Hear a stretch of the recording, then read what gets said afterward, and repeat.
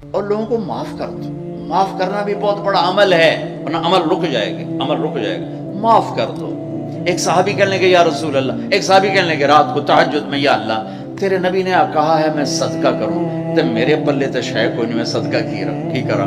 اچھا چل میرے مولا، جس نے میری بےزتی کی میں نے سب کو معاف کیا، میرا اے صدقہ قبول کر. فجر کی نماز میں آئے، آپ نے نماز کے بعد اعلان کیا بھائی رات کو صدقہ کس نے کیا ہے؟ سارے چپ بیٹھے رہے، کسی نے نہیں کیا. پھر آپ نے واضح کیا رات کو اپنی عزت کا صدقہ کس نے کیا ہے؟ یہ کھڑے ہو کہ یا رسول اللہ. وہ آپ کی باتیں سن کر شوق پڑا کہ کو مال لگاؤں، مال تھا نہیں. میں کہا چل میرے مولا میں اپنی عزت ہی صدقہ کرنا. تو میرے نبی نے فرمایا تیرا اللہ نے قبول صدقوں میں لکھ دیا ہے یہ عمل. منافق مسجد میں بیٹھے ہوتے تھے اور آپ کو ایک ایک منافق کا پتہ تھا، یہ منافق، یہ منافق، یہ منافق. کبھی نہیں مجلس سے اٹھایا. تو ایک کام تو یہ کرو کہ اپنے دل کو نفرتوں سے پاک کرو.